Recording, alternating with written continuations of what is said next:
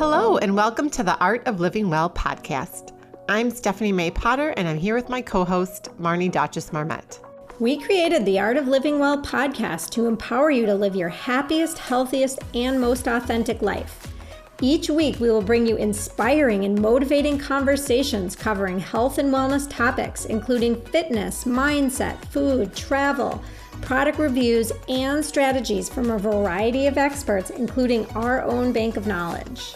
We are excited to educate, motivate, and inspire you to change the way you perceive health and discover your art of living well. Get ready to feel inspired.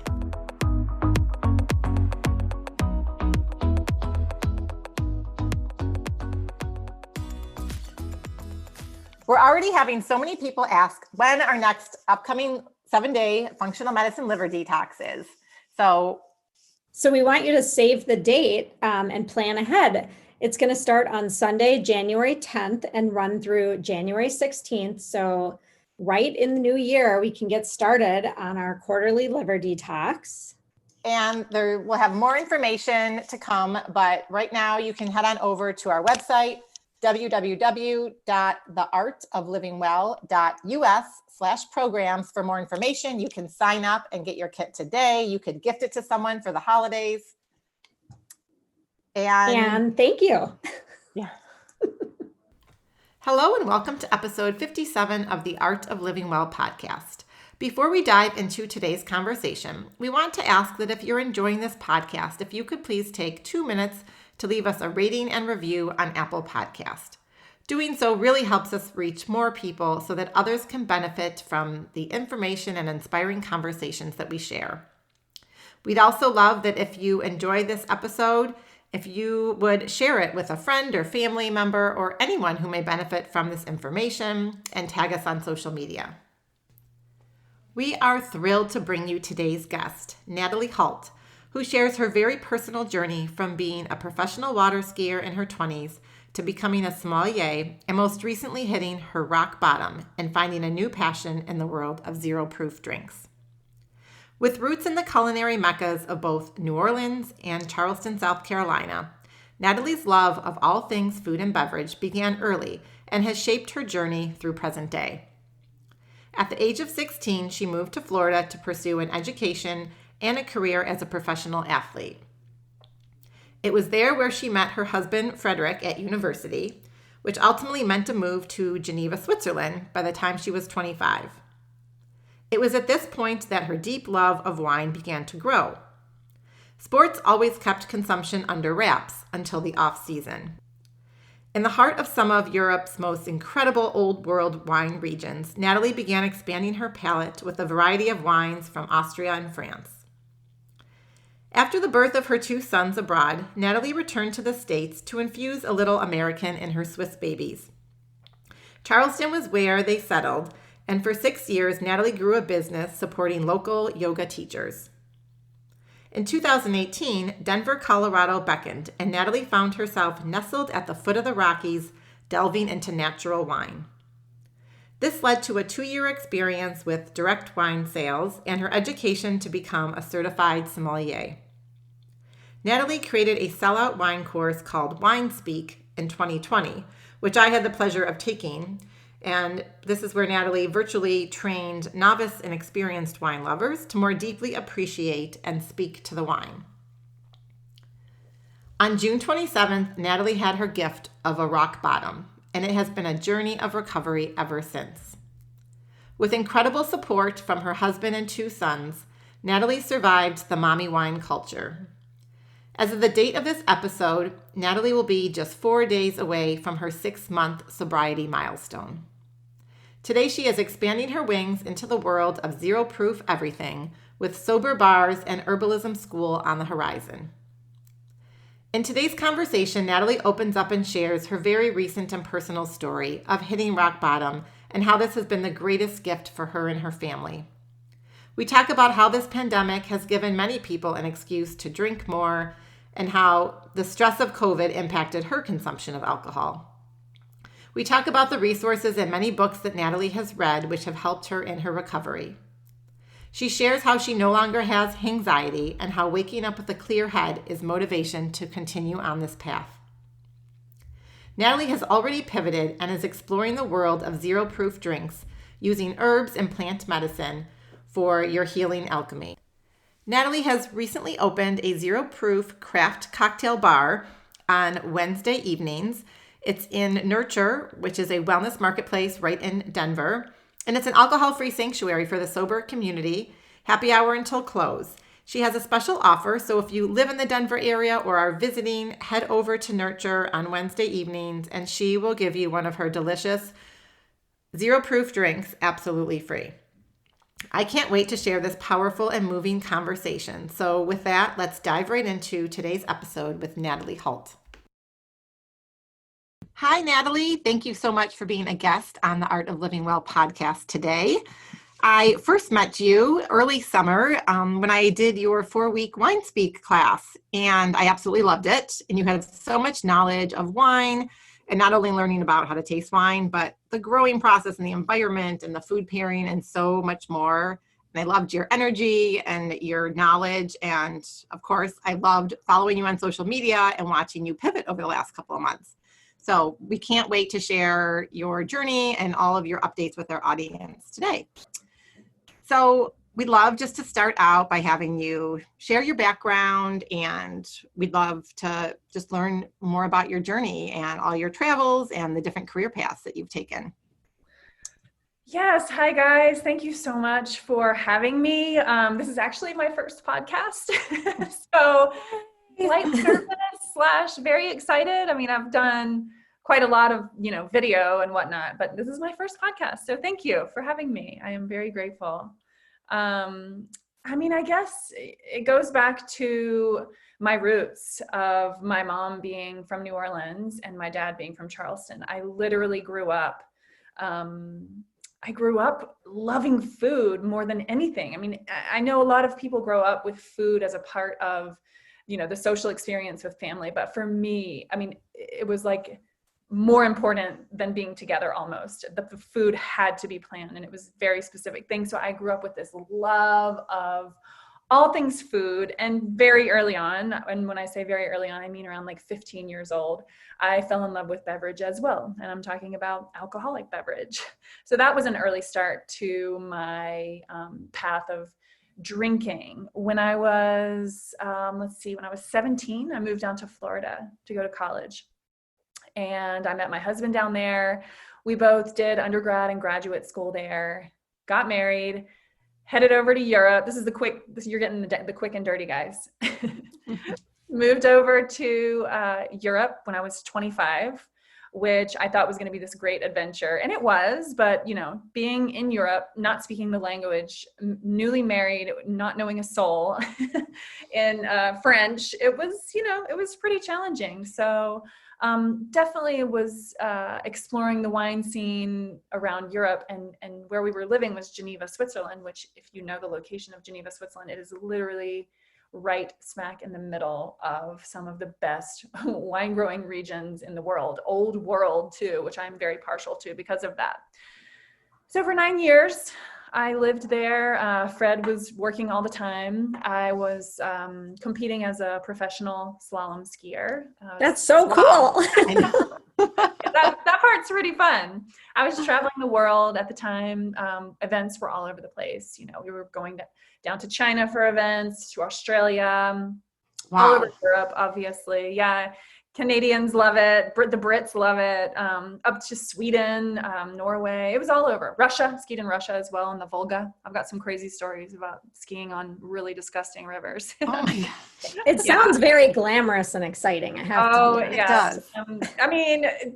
The glamorous and exciting part was, getting to be in these locations and being treated so well. But the best part of it was that they would share their food and wine with you. For me, that was what it was. It was really getting to experience the place, which was the experience of food and wine. So I was there, almost 9 years. I had my 2 baby boys over there and started to get a little homesick. Plus my 3-year-old started speaking with a French accent. I was like, these boys need some American in them. So Fred and I came back to the States, settled in Charleston, South Carolina for about 6 years. At that point, I was doing a little yoga website called Gather Yoga. It was beautiful. We created a platform for local yoga teachers, and we got them online, teaching online so that they, could make more money as yoga teachers. Which is like so interesting that you were doing that. What year was that? Given where we are right now with yoga, I know, fitness classes going online. Girl, we were like ahead of your times. Yes. Yeah, that would have been like 2012 until only a couple of years ago, honestly. So you were way ahead of your time. Yes. Yeah, it was really good. It was sweet. And my partner is still doing it. She lives in Barcelona because we started it in Switzerland. So it's still going on. But at this point, I was all in for the natural wine. I discovered natural wine and I never looked back. Tried to move to Napa to work for a company with my young family. That didn't work out, which was actually good because it meant that we landed in Denver instead, which has been a total just gift in my lifetime, getting to live in at the foot of the Rocky Mountains. And so selling a little wine, started studying to be a sommelier, passed my level 1, started diving into certified, which is level 2. And that's really been the last couple of years until June the 27th of this year. And then all of that kind of came to a bit of a pause. And can you tell us, if you feel comfortable, tell us what happened on June 27th and how did your life change at that time? Yeah, so on June the 27th, it was the culmination of the stress of COVID, the stress of homeschooling my 2 kids, the stress of, feeling just stuck and worrying about getting sick and masking and, everybody's angst all around me. And I'm a pretty highly sensitive person. So I pick up on things. And it was just, I had been giving myself a lot of permission to consume a lot of alcohol because it was COVID. I used COVID as the excuse. And I know I'm not alone there. So I had just been gradually drinking more and more, drinking earlier and earlier. And on the 27th, I had one of the biggest benders I've ever had in my life. It was, that rock bottom moment that people talk about, where, it involved endangering my own life, endangering the lives of other people. I got behind the wheel, having to face my kids the next morning and them asking, what's wrong with mommy? It's a moment in my life where, I can get really upset talking about it, but it's been the greatest gift because had that not happened, I would not be where I am reevaluating my relationship with alcohol. So that was June the 27th. And that was about 102 or 3 days ago. Wow. Well, congratulations. Thank you. Yes. I appreciate that.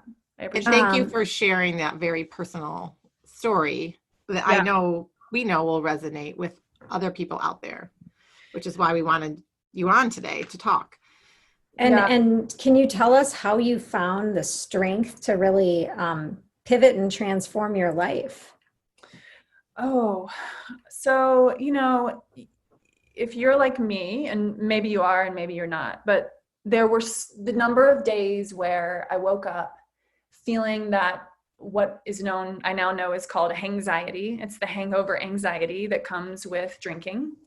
And it's very specific to alcohol consumption. It often happens right around 2 a.m. because that's when your liver's processing your booze, or you're waking up the next morning feeling absolutely horrible.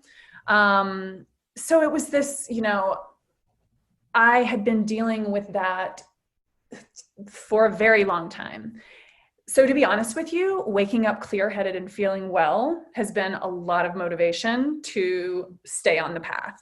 When every single day I wake up and I'm just like, oh, thank you that I get to just feel so clear and awake and present and non-reactive.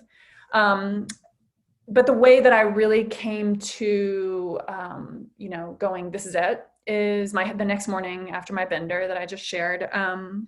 the next morning, my husband and I were driving in the car, and I literally thought I was dying. I was holding back, like making him pull over, because I was sure I was going to puke. It was awful. And he said to me, he's like, there's this comedian that I think you think is really funny, Nikki Glaser. And I'm like, okay, Fred, whatever. He's like, yeah, she just, she talked about, he was so like sweet and gentle and just non-judgmental, but just, it was really kind. And it's just how Fred is, he's this amazing human, and he's been a big part of how I've been able to, get through all of this. But he was like, you need to, she was on this podcast with Joe Rogan, and they were talking about her and how she's been sober for like 11 years. And she said she just did it, from reading this one book. And I'm like, well, that sounds like, BS. But of course, I like pick up my phone and I'm like scrolling through the podcast, and I'm like listening to it, like covering up my mouth to hold down the vomit. And so it ended up being this book called, it's by Alan Carr, and it's called Easy Way to Control Alcohol. And I was like, yeah, I could use some control here. That sounds good. So I ordered the book on the spot. Actually, I didn't. I ordered the podcast. I ordered the Audible so that I could listen to it. And, he sets these rules before you get started. And some of the rules are, you have to keep drinking, which I actually wasn't even able to do. So I broke one of the rules. You can only read it sober. You have to read the book with a positive, happy sort of attitude. So if you're in a bad mood, you're not allowed to read the book. Like, you're just supposed to be in a good space every time you pick up the book, sober. So the sober part was fine, because after that bender, I was kind of off the booze anyway. And I literally in 3 days' time went through the whole book. And, that was it. That was really it. I was kind of like Nikki Glaser when she said the book, like, just changed everything. It really did. He really lays out all the reasons that you think you're drinking alcohol, all the reasons that you justify drinking alcohol, all the things that we are sort of allowed to believe about drinking. And he kind of debunks them all and calls bullshit on a lot of it. So yeah, that was the moment. And to be honest, since then, I've got like my stack of books around me right now. I think we talked about this one, Stephanie, I've got my Quit Like a Woman. I've got some of my other favorites? I've got my We Are the Luckiest by Laura McCohen. She's absolutely amazing. The second one I read though was The Sober Diaries. And that one really got me too. It's a woman in the UK. So these were, I've just been like feeding my own exploration with this, which is kind of how I do things. So I haven't gone to AA, but these people sharing their experiences and the support of, my family, is how I've done it, to answer your question in a really long way.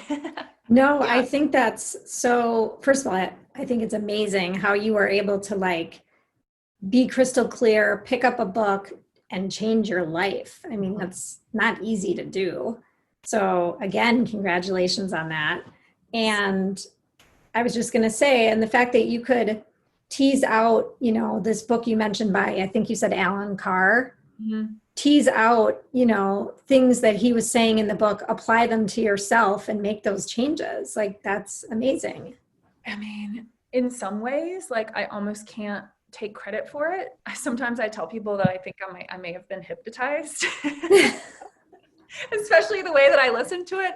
Look, here's my reality, and this isn't everyone's story. And I am one of the lucky ones. Like, I feel like a lucky one that I'm not drinking anymore, but my luck was also that, I read his book, I listened to his book, and immediately it hit home, because I was only reading this book. It was called How to Control Your Alcohol. I was just trying to get a hold on moderation, but by the end of it, I was done. And a lot of people say that's kind of how it works for them. So it's supposedly not unusual. And there's actually a woman out there who wrote a book called This Naked Mind. And she's a very, very sort of significant person in the sobriety world right now. And a lot of what she's basing her tenets on are based on Alan's work. So it's pretty powerful stuff. And he did the same thing with tobacco. He did the same thing with overeating. I want to say, you know, just addiction in general. He kind of has all these easy ways, but he actually died of lung cancer like back in 2001. So it was a while ago though. Yeah. Yeah. It sounds like a great book that we should all read though. You know, just as you relate it to other areas of your life, like you said, food or tobacco, right? There's a lot of people out there that have a vice.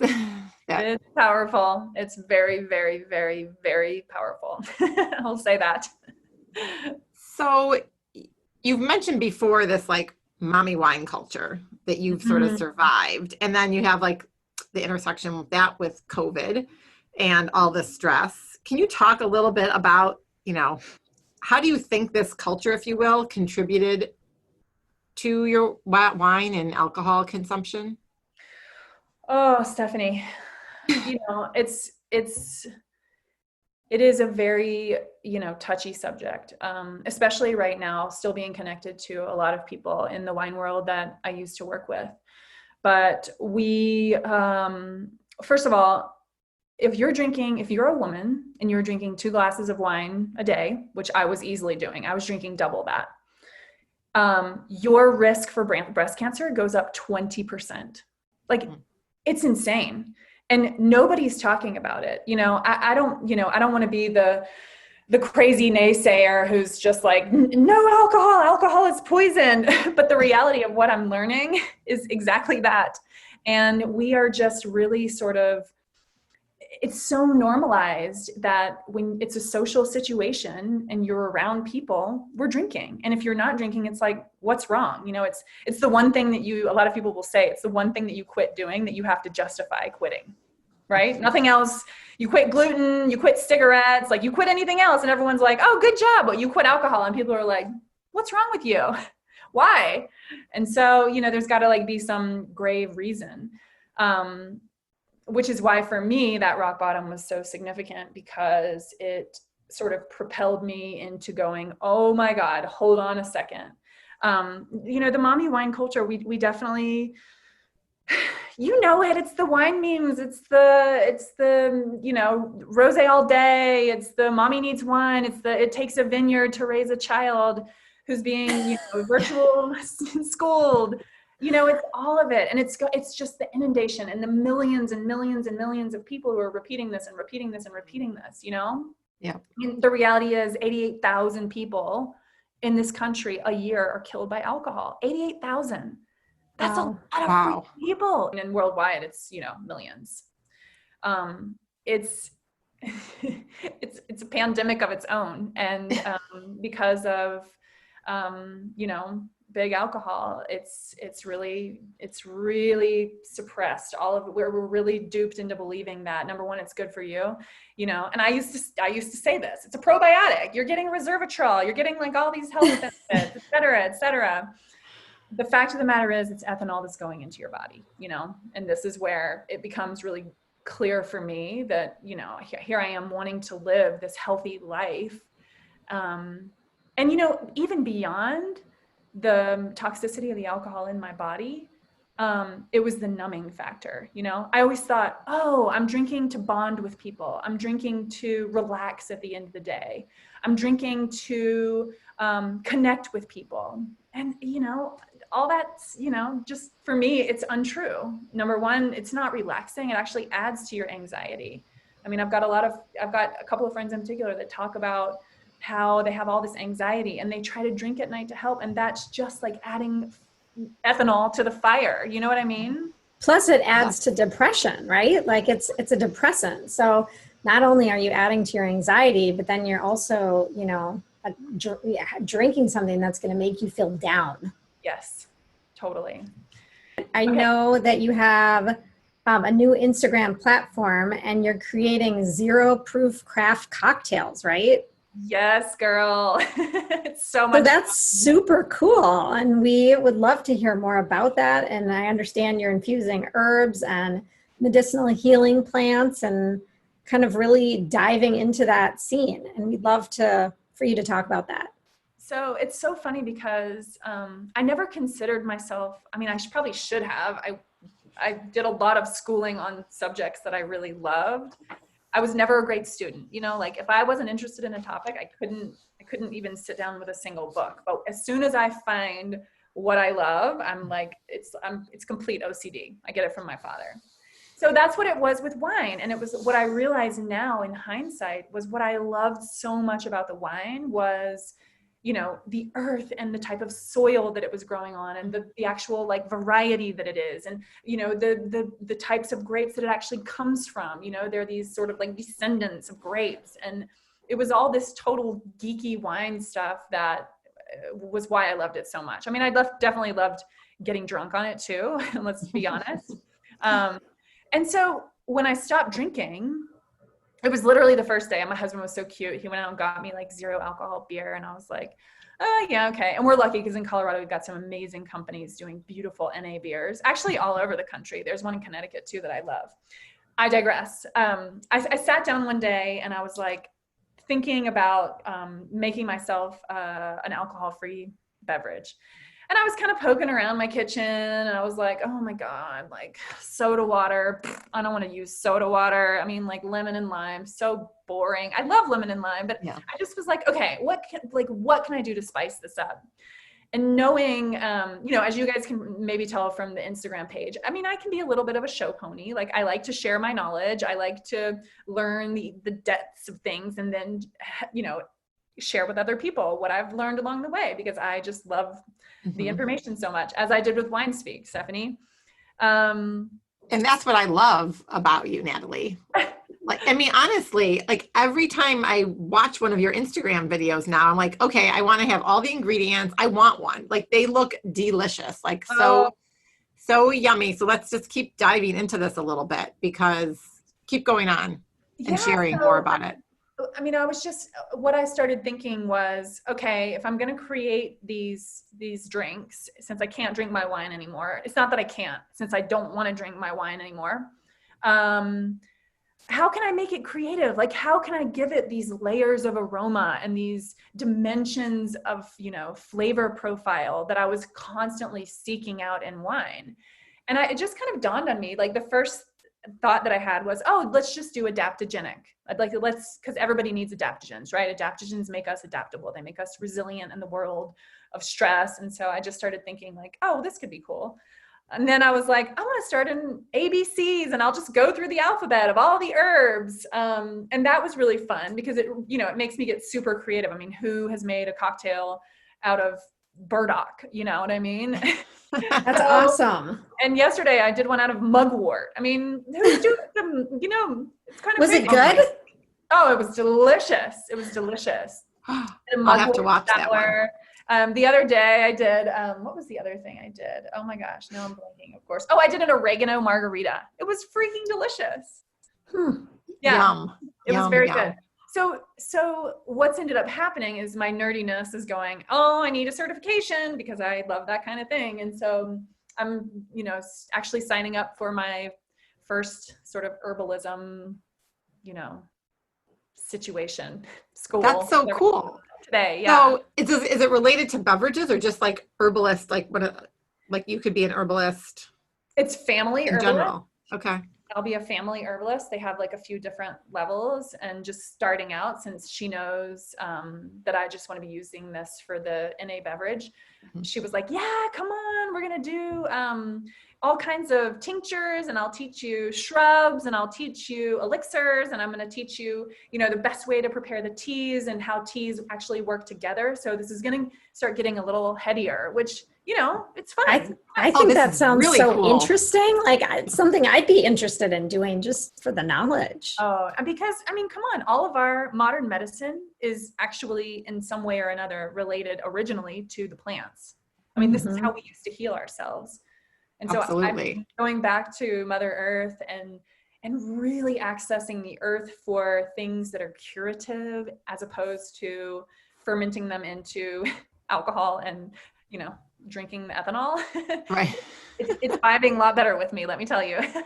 So can you share a little bit about your exciting update? I know you live in Denver, but talk a little bit about this really new, cool, cutting edge business that you're getting into. I've had the amazing fortune of getting to be a part of this wellness marketplace here in town called Nurture. And Nurture is this haven for people who are looking to be healed in many ways. We have upstairs, we have Reiki healers, we have therapists, we have aromatherapy, we have acupuncture. I mean, you name the alternative, method, and it's upstairs. So that's upstairs. And then downstairs is a little bar called Nest. And at Nest, it's all only organic or biodynamic, locally sourced. Our executive chef, her name is Beth Woodard, and she is just literally a magician in the kitchen. And most things are gluten-free, and most things are, made with monk fruit sugar, no refined sugars. Most things are vegan. I mean, it's just mind-boggling what this woman comes up with. And so I actually joined them to be their natural wine guide, which was really amazing. It was really super cool. Yeah, I have done a beautiful wine tasting. We were planning on starting a wine club, and I'm still trying to kind of untangle what that's going to look like, because I have still been working with the wine. I'm just spitting everything out. But Kelly Campbell is one of the co-founders of Nurture, and we have become close. And she is one of those people that she literally holds out her hands and gives you the space to spread your wings and fly. And you can come to her with any idea, and she's like, yeah, let's try it. So she knew that I was going sober late June.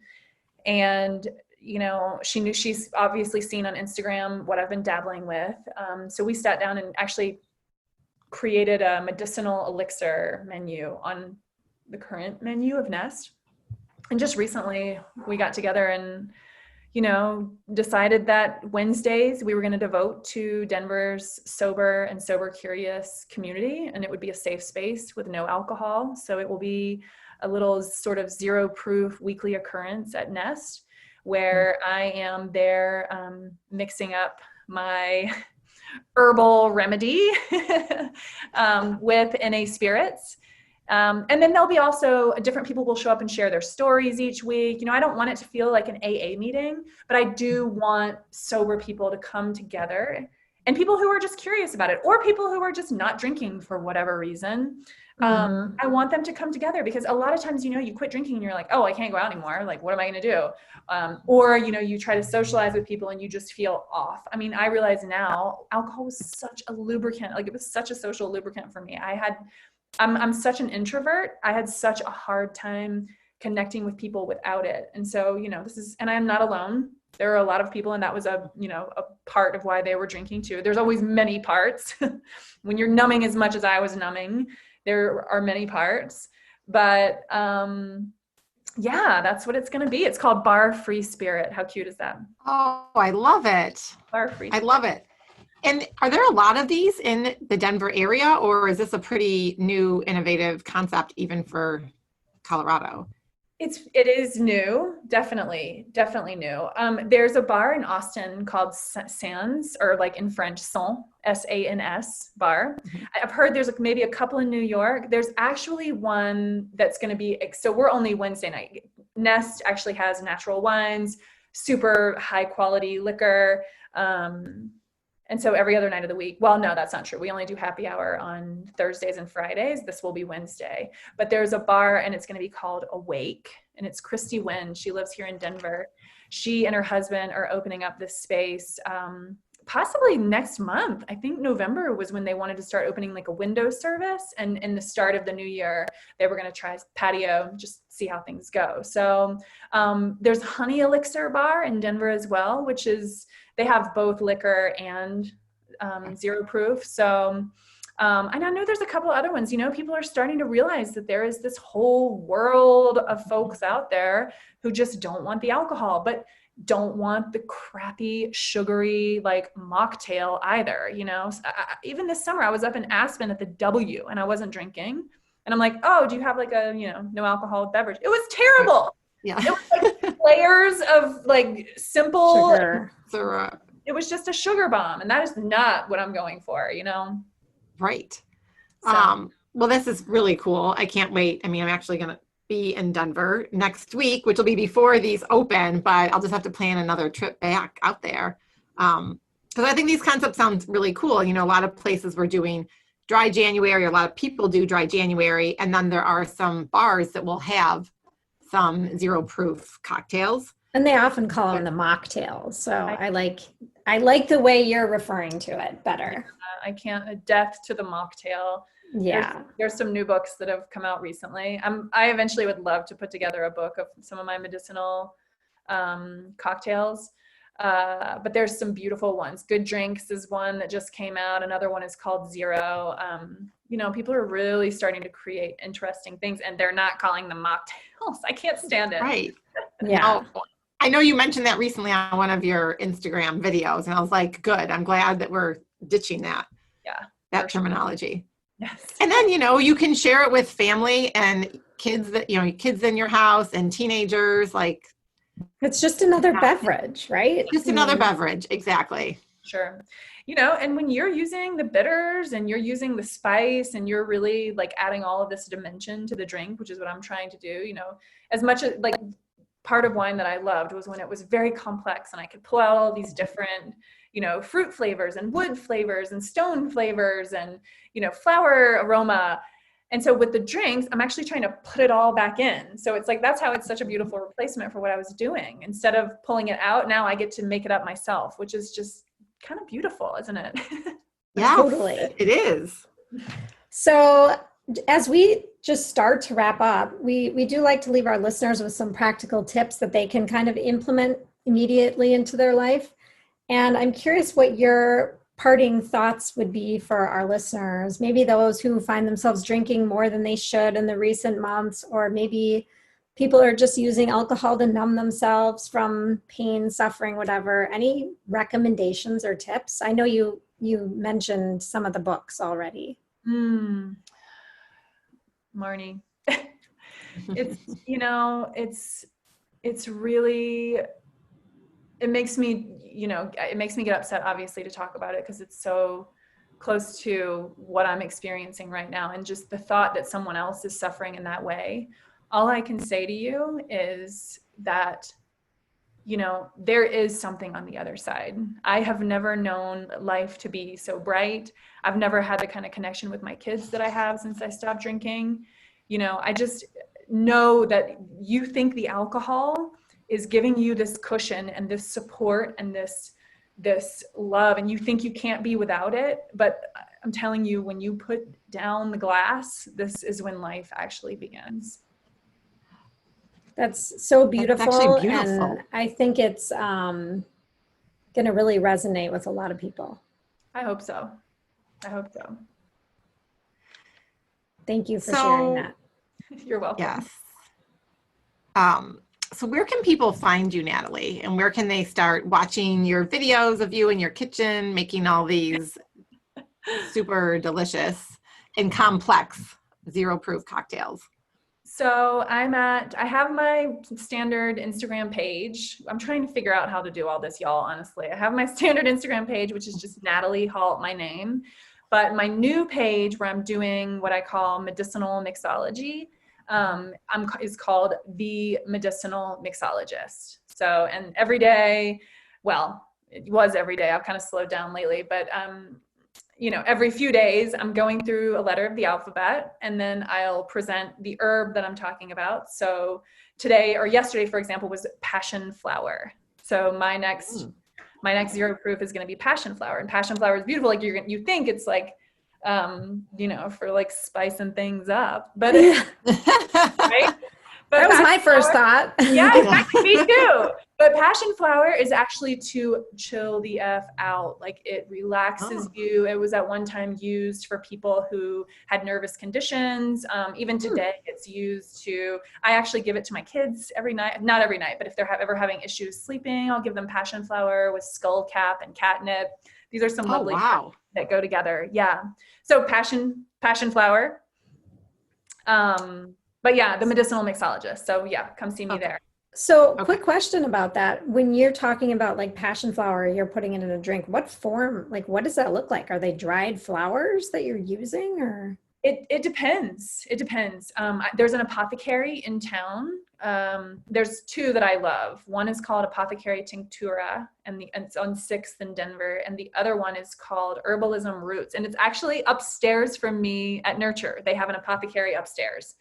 So sometimes I will buy the tinctures that they've already done. So right now I have a passion flower tincture that's for sleep and relaxation.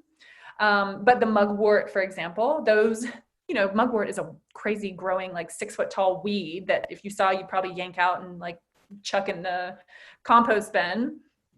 But it's actually, the woman harvests it from the backyard and sells it as a tea. So I get teas. And when I make the teas, rather than doing sort of the typical dosage, I'll multiply it by 3 and make it very, very strong. And I'll let it steep for a very, very long time, sometimes even overnight, to really get the punch and to get all the bitterness and to get just as much aroma and flavor out of it. Because if you just brew like a standard tea, you're not going to get very much out of it. So. Okay. And then you just use a little bit of it at a time? Yep. Yeah, because you don't want if we're trying to mix a drink with a tea that we've made, it's way too much water. So I'm trying to make it very concentrated, and then I only use like an ounce. I use it as I would like a liquor or a mixer. Yeah. Okay. That is so cool. I'm gonna have to do a little bit investigation in Minneapolis to try to find. Seriously? Go find a little apothecary. If you Google herbalists in Minneapolis. We have one. Yeah. Maybe. Are you talking about Dow? Yeah. Yeah. I'll have to check it out. So, and you also have a special offer for people that are either in Denver or coming to visit Denver. Yeah. Can you tell us about that? Definitely. You come see me at Bar Free Spirit. I'll be there every Wednesday starting October the 28th, and I will buy you a drink. That is my special offer. Sounds awesome. Yes. So the one final question, Natalie, that we'd like to ask all of our guests is, what does the art of living well mean to you? Oh, so it's funny. It was funny that you guys reached out at all, because honestly, like I'm in this very moment of transition in my life. And I'm like, what do I know about this? I mean, I'm like a shit show right now. With that said, in the last couple of months, in the last actually couple of weeks, I've returned to a book that I read in college. I read it again. It's like I read it every 10 years. It's called The Artist's Way. I'm sure you guys know it. Julia Cameron. I don't. I've heard of it, but I've not read it. Yeah, Julia Cameron, she's magical. She's magical. And, for her, we are all artists. And so when I first heard the art of living well, like art for anything is really, the connection to the divine. It's how is it that you're channeling source? And when you're doing that, you're in your vibration. And when I was doing sports, I could, instantly get into it. Athletes can always do this. When you have your thing, what I'm talking about. You're in that vibration. You're in what, people will call it the zone. Mm-hmm. So for me, that is the art. When you can get into that zone, you're channeling God. You see musicians do it. I weep. I weep when I hear musicians, and I can feel that vibration that they're putting out. So yeah, I guess that's what it is like the art of living well is being able to locate that channel and then, being able to live it. But sometimes that means like, you've got to change shit up. You know what I mean? Like being resilient. What is being human if we're not being resilient? So I don't know if that's like a very clear answer or not, but. I love that answer. I love all of our guests' answers, and they're always so different and unique and personal. Yeah.